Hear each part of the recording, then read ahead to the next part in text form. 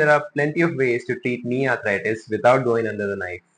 Let's start with something that might sound too simple to be effective. Exercise.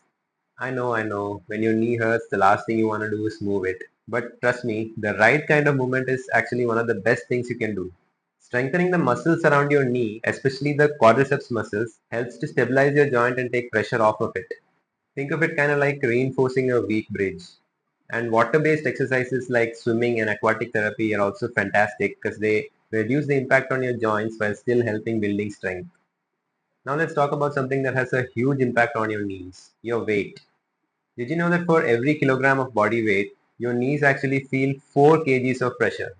That means losing just 5 kgs actually takes 20 kgs of force away from your knees. It's like dropping a heavy backpack.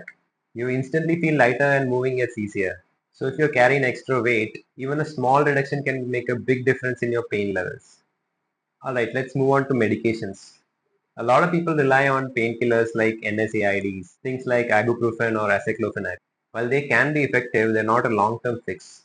If you want something with fewer side effects, topical NSAIDs like gels or creams that you apply directly to your knee can actually give relief without the risk of taking pills regularly.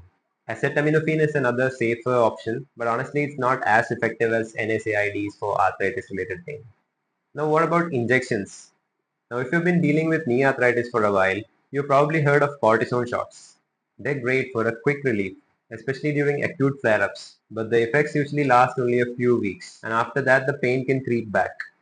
Then there's hyaluronic acid or HA injections, also known as viscosupplementation.